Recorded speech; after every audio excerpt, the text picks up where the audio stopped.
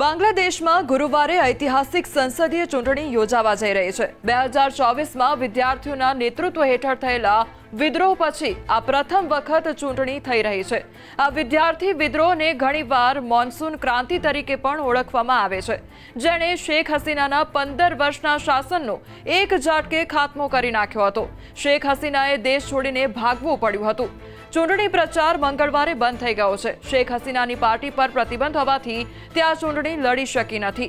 Awami league પર પ્રતિબંધ મુકાયા બાદ હવે બાંગ્લાદેશ નેશનલિસ્ટ પાર્ટી એટલે કે બીએનપી અને જમાતે ઇસ્લામી વચ્ચે સત્તાની મુખ્ય ટક્કર થઈ રહી છે। બંને પાર્ટીઓ વચ્ચે ખૂબ જ જોરદાર ટક્કર થવાની સંભાવના છે। ઢાકામાં જમાતે ઇસ્લામીના કાર્યકરો રાત્રે મોડે સુધી વોટર સ્લીપ વહેંચતા જોવા મળ્યા હતા, જેથી તેમના સમર્થકો સરળતાથી પોતાનું પોલિંગ બૂથ શોધી શકે। તો પાર્ટીનો આખો પ્રચાર સ્વચ્છ સરકાર, ભ્રષ્ટાચાર વિરોધી પગલાં અને ઇસ્લામી મૂલ્યો પર આધારિત નેતૃત્વના વચનો પર કેન્દ્રિત રહ્યો છે। બીજી તરફ બીએનપીએ મોટા જાહેર કાર્યક્રમો અને રેલીઓ સાથે પોતાનો પ્રચાર સમાપ્ત કર્યો છે। પાર્ટીએ વર્ષોના કથિત રાજકીય દબાણ બાદ સંસ્થાઓને ફરીથી મજબૂત બનાવવા પર ધ્યાન કેન્દ્રિત કર્યું છે।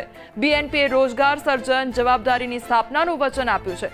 સાથે જ લઘુમતીઓના અધિકારો અને સાર્વજનિક જીવનમાં મહિલાઓની ભાગીદારીના મુદ્દાઓને પણ મહત્વ આપ્યું છે।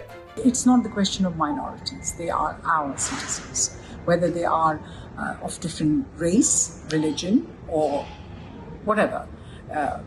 I was very pleased to see our leader when he did the manifesto that there was a specific section for special needs. Our women wing is very strong. I am, as you have seen in my card, that I'm Senior Vice President for Women's Wing. So we advocate women's right. We advocate women's participation, whether it is election or in real life or workplace. So we are very much for women. BNP is very much for them.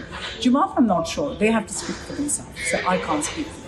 બાંગ્લાદેશમાં યોજાનારી સંસદીય ચૂંટણીમાં 300 મત વિસ્તારોમાં લગભગ 12 કરોડ 70 લાખ મતદાતાઓ મતદાન કરવા પાત્ર છે। જો કે એક બેઠક પર એક ઉમેદવારનું નિધન થવાના કારણે ત્યાંનું મતદાન રદ કરવામાં આવ્યું છે। મતદાન પૂર્ણ થયા બાદ તરત જ મતગણતરી શરૂ થશે અને શુક્રવારે એટલે કે 13 ફેબ્રુઆરીની બપોર સુધીમાં ચૂંટણીના પરિણામો જાહેર થવાની અપેક્ષા છે। બાંગ્લાદેશમાં ગુરુવારે ઐતિહાસિક સંસદીય ચૂંટણી યોજાવા જઈ રહી છે। 2024માં વિદ્યાર્થીઓના નેતૃત્વ હેઠળ થયેલા વિદ્રોહ પછી આ પ્રથમ વખત ચૂંટણી થઈ રહી છે। આ વિદ્યાર્થી વિદ્રોહને ઘણીવાર મોન્સૂન ક્રાંતિ તરીકે પણ ઓળખવામાં આવે છે, જેણે શેખ હસીનાના 15 વર્ષના શાસનનો એક ઝાટકે ખાત્મો કરી નાખ્યો હતો। શેખ હસીનાએ દેશ છોડીને ભાગવું પડ્યું હતું। ચૂંટણી પ્રચાર મંગળવારે બંધ થઈ ગયો છે। શેખ હસીનાની પાર્ટી પર પ્રતિબંધ હોવાથી ત્યાં ચૂંટણી લડી શકી નથી। આવામી લીગ પર પ્રતિબંધ મુકાયા બાદ હવે બાંગ્લાદેશ નેશનલિસ્ટ પાર્ટી એટલે કે બીએનપી અને જમાતે ઇસ્લામી વચ્ચે સત્તાની મુખ્ય ટક્કર થઈ રહી છે। બંને પાર્ટીઓ વચ્ચે ખૂબ જ જોરદાર ટક્કર થવાની સંભાવના છે। ઢાકામાં જમાતે ઇસ્લામીના કાર્યકરો રાત્રે મોડે સુધી વોટર સ્લીપ વહેંચતા જોવા મળ્યા હતા, જેથી તેમના સમર્થકો સરળતાથી પોતાનું પોલિંગ બૂથ શોધી શકે। તો પાર્ટીનો આખો પ્રચાર સ્વચ્છ સરકાર, ભ્રષ્ટાચાર વિરોધી પગલાં અને ઇસ્લામી મૂલ્યો પર આધારિત નેતૃત્વના વચનો પર કેન્દ્રિત રહ્યો છે। બીજી તરફ બીએનપીએ મોટા જાહેર કાર્યક્રમો અને રેલીઓ સાથે પોતાનો પ્રચાર સમાપ્ત કર્યો છે। પાર્ટીએ વર્ષોના કથિત રાજકીય દબાણ બાદ સંસ્થાઓને ફરીથી મજબૂત બનાવવા પર ધ્યાન કેન્દ્રિત કર્યું છે। બીએનપીએ રોજગાર સર્જન, જવાબદારીની સ્થાપનાનું વચન આપ્યું છે। સાથે જ લઘુમતીઓના અધિકારો અને સાર્વજનિક જીવનમાં મહિલાઓની ભાગીદારીના મુદ્દાઓને પણ મહત્વ આપ્યું છે। It's not the question of minorities. They are our citizens, whether they are of different race, religion, or whatever.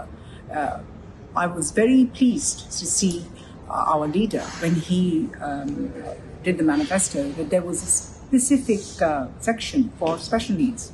Our women wing is very strong. I am, as you have seen in my card, that I'm Senior Vice President for Women's Wing.